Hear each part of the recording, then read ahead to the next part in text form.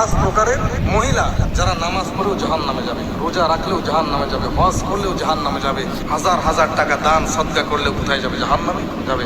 আশ্চর্য কথা, এতগুলো ভালো কাজ করার পরে একটা মেয়ে, একটা মা, একটা বোন, একটা স্ত্রী কেন জাহান্নামে? আমাদেরকে জেনে রাখার দরকার যে পাঁচ প্রকারের মহিলা নামাজ পড়েও, হজ করেও, জাকাত দিয়েও, দান সদকা করেও, ভালো কাজ করেও, এমনকি তাহাজ্জুদ নামাজ পড়েও ওই মহিলা জাহান্নামে যাবে যদি মহিলার মধ্যে পাঁচটা বদ অভ্যাস থাকে। এটা বদ অভ্যাস, পাঁচটি বদ অভ্যাস যদি মহিলার মধ্যে থাকে, যত নেক আমল করুক না কেন মহিলা কোথায় যাবে? জাহান্নামে যাবে। বিশেষ করে আমার মা বোনদের এই কথাগুলো বিশেষ করে খেয়াল করার দরকার যে পাঁচটি বদ অভ্যাস যেন আমার মধ্যে না থাকে। মুসলিম শরীফের বর্ণনা, আল্লাহর নবীজি সাহাবায়ে কেরামকে লক্ষ্য করে বললেন, ও সাহাবীরা,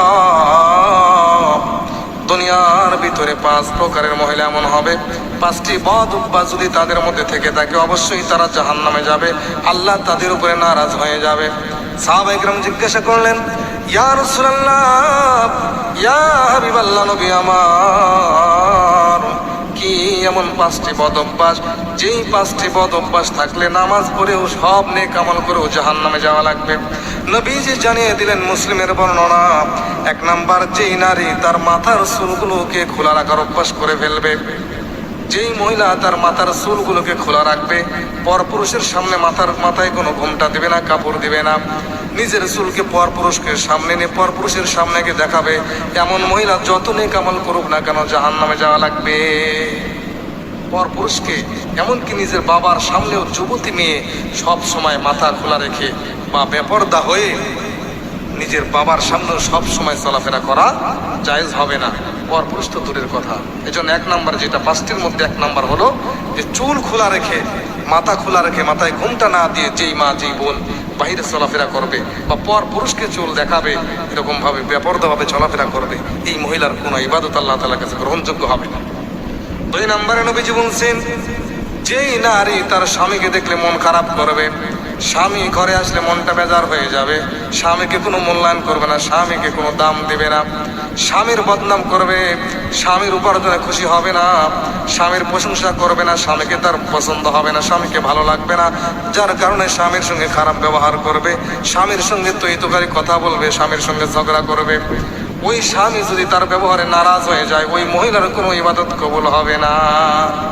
তিন নম্বরে নবীজি বললেন, যেই নারী তার স্বামীর সাথে মিথ্যা কথা বলবে, স্বামীর অজান্তে বাইরে চলে যাবে, স্বামীর অজান্তে অনেক কিছু করে ফেলবে, স্বামী যদি জিজ্ঞাসা করে তুমি কি বাইরে গিয়েছিলে, বলবে না, যাই নাই। স্বামীর অজান্তে মানুষের সঙ্গে কথা বলবে, অন্য মানুষের সঙ্গে কথা বলবে, পর পুরুষের সামনে সংস্পর্শে তারা গ্রহণ করবে, পর পুরুষের সামনে চলাফেরা করবে, স্বামী যদি জিজ্ঞাসা করবে মিথ্যা বলবে স্বামীর সামনে।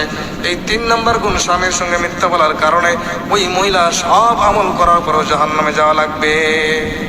চার নম্বরে নবীজি বলছেন, যেই নারী তার স্বামীর উপার্জনে খুশি হবে না, স্বামী যা উপার্জন করবে তার উপরে খুশি হবে না, বেজার হবে, ওই নারীর ব্যবহারে যদি স্বামী নারাজ হয়ে যায়, বেজার হয়ে যায়, নামাজ কালাম যতই পড়বে না কেন ওই নারীকে জাহান্নামে যাওয়া লাগবে।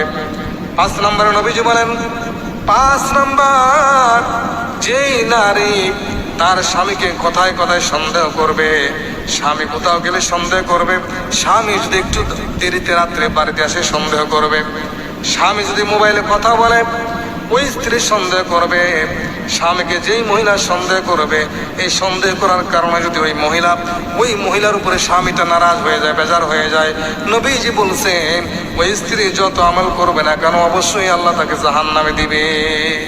এই জন্য মা বোনদেরকে বলবো, পাঁচটি বদ অভ্যাস।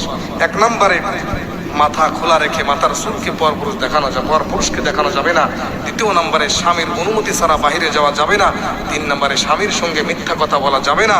চার নম্বরে, স্বামীর উপার্জনে খুশি হতে হবে এবং স্বামীকে কখনো সন্দেহ করা যাবে না। আম্মা জান আয়েশা রাদিয়াল্লাহু তাআলা আনহা, ওনার ঘরে একবার রাসূল করিম সাল্লাল্লাহু আলাইহি সাল্লাম ঘুমিয়ে আছেন। গভীর রজনীতে নবীজি ঘর থেকে বাইর হয়ে চলে গেলেন।